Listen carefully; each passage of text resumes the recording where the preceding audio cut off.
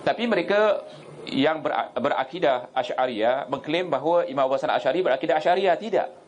Sebab akidah Asy'ariyah yang dipahami oleh orang di Malaysia, di Singapura dan Indonesia ni, ataupun kebanyakan orang Islam, akidah sifat 20. Abdul Qadir Jailani tidak berpegang kepada sifat 20. Tidak ada bukti dalam kitab-kitabnya mengajak kita kepada akidah sifat 20. Tapi dia mengajak kita kepada akidah salafus salih. Apa akidah salafus salih apabila memperkatakan tentang tauhid? Tauhidnya 3. Uluhiyah, rububiyah, asma wa sifat. Itu akidah dia. Kemudian beliau juga berkata di dalam kitabnya Fathur Rabbani yang saya katakan tadi, halaman 35, majlis ke-10, alaikum bil ittiba'i min ghairi ibtida', alaikum bimazhabis salafis salih, amshu fil jadatil mustaqimati. Hendaklah kamu berittiba'. Apa arti berittiba'? Ikut sunnah, ikut Quran dan sunnah, ataupun berittiba' kepada Rasulullah, tabi'in dan tabi'ut tabi'in. Dan janganlah kamu berbuat bid'ah. Dan janganlah kamu buat bid'ah. Tetapi pengikut sufi yang dinasabkan tarikatnya kepada Abdul Qadir Jailani, berapa banyak bid'ah yang dilakukan. Jadi dia pantang kepada bid'ah. Dan hendaklah kamu jaga juga mengikut mazhab salafus salih. Dikatakan mazhab salafus salih, bukan mazhab Asy'ariyah. Dikatakan mazhab salafus salih. Berjalanlah kamu di jalan yang lurus, yakni siratul mustaqimah ataupun siratul mustaqim. Dikatakan juga al-jadatil fil jadatil mustaqimah, jalan yang lurus. Ingat ya, Rasulullah SAW pernah menggariskan satu garisan, betul tak? Hadza sabili, inilah jalanku, fattabi'uhu wa la tattabi'us subulah. Jadi disuruh kita ikut satu jalan, bukan jalan yang menyeleweng ke kanan atau ke kiri. Bukankah Rasulullah SAW juga melukis, menggaris jalan yang ke kanan ke kiri? Kita disuruh ikut satu jalan itu saja. Begitu juga Abdul Qadir Jailani. Dan di halaman 3, mengikut ahli sunnah wal jamaah. Pemahaman Abdul Qadir Jailani rahimahullah tentang ahli sunnah wal jamaah adalah pemahaman sebagaimana yang kita pegang. Apa dia? Fa'alal mu'mini ittiba'us sunnati wal jamaah. Fa sunnatu ma sannahu Rasulullah sallallahu alaihi wasallam, wal jama'atu mattafaqa alaihi ashabu Rasulillah sallallahu alaihi wasallam fi khilafatil a'immatil arba'atil khulafa'ir rasyidin rahmatullahi alaihim ajma'in. Wajib bagi setiap orang yang beriman untuk mengikuti ahlus sunnah wal jamaah. Siapa dia ahlus sunnah wal jamaah? Kata Syekh Abdul Qadir Jailani, yang dimaksudkan dengan sunnah adalah sunnah Rasulullah sallallahu alaihi wasallam. Tapi sekarang bid'ah jadi sunnah. Betul tak? Maulid katanya sunnah. Kalau bid'ah, bid'ah hasanah katanya. Malam Jumaat mereka baca yang bukan-bukan di masjid. Di antaranya baca Yasin dan sebagainya. Mereka katakan sunnah. Kalau kita katakan ini bukan sunnah, tapi mereka katakan ia bid'ah, tapi bid'ah hasanah.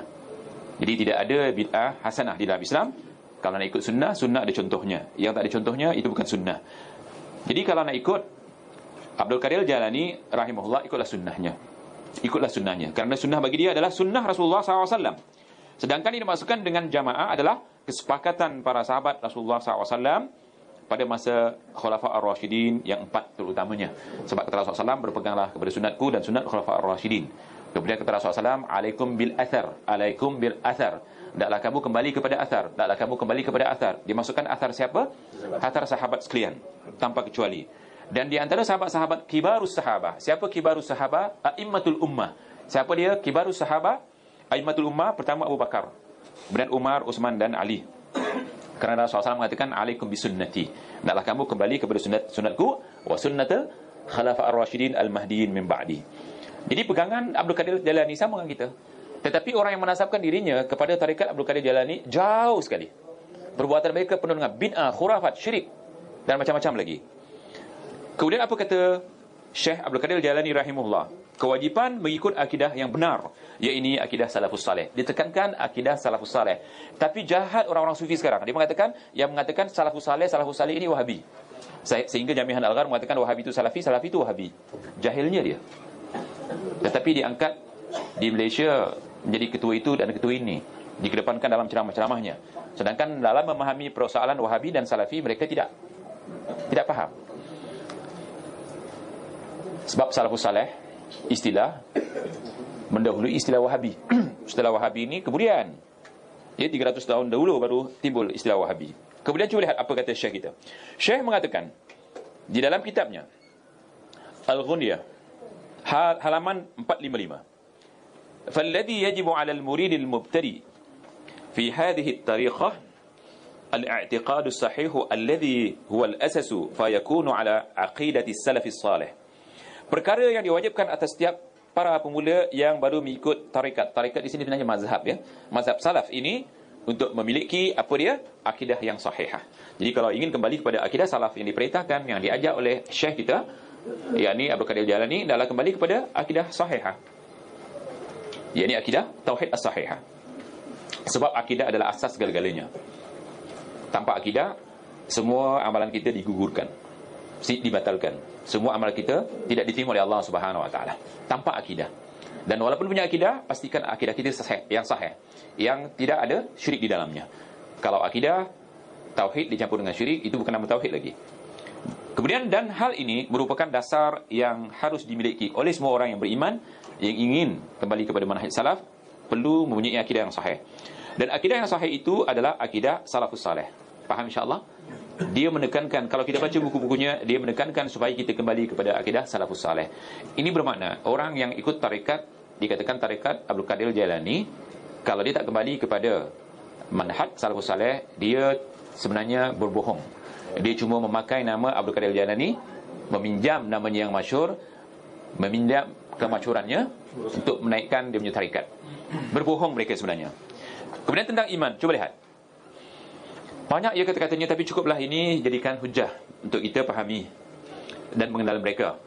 Sebab orang-orang yang bertarikat Qadariyah Abdul Qadir Jalani di dalam YouTube, kemudian juga di dalam internet, dia pernah menghina kita. Dia mengatakan Ustaz Rasul Dahri ini mujassimah, Wahabi mujassimah. Dia katakan Wahabi pekat, katanya. Mujassimah lagi. Kenapa dia mengatakan Ustaz Rasul Dahri mengatakan Allah punya zat, punya jisim, dan Allah duduk di atas kursi, katanya. Sedangkan kita tak pernah mengatakan seperti itu. Jadi ditaruh gambar kursi, di atasnya taruh patung. Beginilah Rasul Dahri mengatakan Tuhan duduk, katanya. Subhanallah, dituduh kita seperti itu. Dan dia mempertahankan di antaranya tarikat Abdul Qadir Jalani, tapi mereka tidak kenal. Sedangkan Abdul Qadir Jalani sendiri mengatakan bahawa Allah punya zat. Lihat.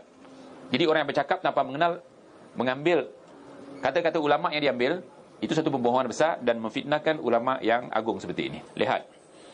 Pahami apa yang dikatakan. Kami meyakini, kata Syekh Abdul Qadir Jalani, bahawasanya iman itu adalah ucapan dan lisan. Ucapan dengan lisan. Seperti asyhadu an la ilaha illallah, ucapan tak? Membaca Al-Quran, ucapan tak? Berzikir, ucapan tak? Ya. Meyakini dengan hati, tak cukup dengan lisan. Sebab kalau dengan lisan saja tanpa di hati, itu munafik. Dengan hati dan beramal dengan perbuatan dan anggota. Jadi dengan lisan, dengan hati dan beramal. Sebab bila diucapkan, sepatutnya ada di dalam hatinya. Bila ada dalam hatinya, sudah diucapkan di dalam hatinya, perlu diamalkan. Sebab Quran mengatakan kaburamatan indallahi an taqulu ma la taf'alun. Sebesar-besar kebencian dibenci oleh Allah, ya, orang yang bercakap tetapi tidak berbuat. Jadi kalau dah bercakap dengan lisan, ada dalam hati, kena buat apa saja yang sudah dipelajari dan dipahami. Dan iman itu dapat bertambah dengan ketaatan. Lihat, orang yang buat maksiat, imannya akan lemah. Jadi kekuatan iman kita adalah dengan ketaatan kepada Allah Subhanahu Wa Taala. Ketaatan ini umum, ya. Ketaatan melaksanakan apa yang diperintah, ketaatan menuntut ilmu, kerana amal tanpa dibina dengan ilmu, amal itu akan nanti dianyam dengan bid'ah. Nak dicantikkan. Kan banyak orang sekarang, dia nak beramal tapi nak cantikkan amal, oleh kerana tak ada ilmu, maka amal itu dianyam, atau dihias dengan berbagai-bagai bid'ah. Jadi kita katakan, ya, kita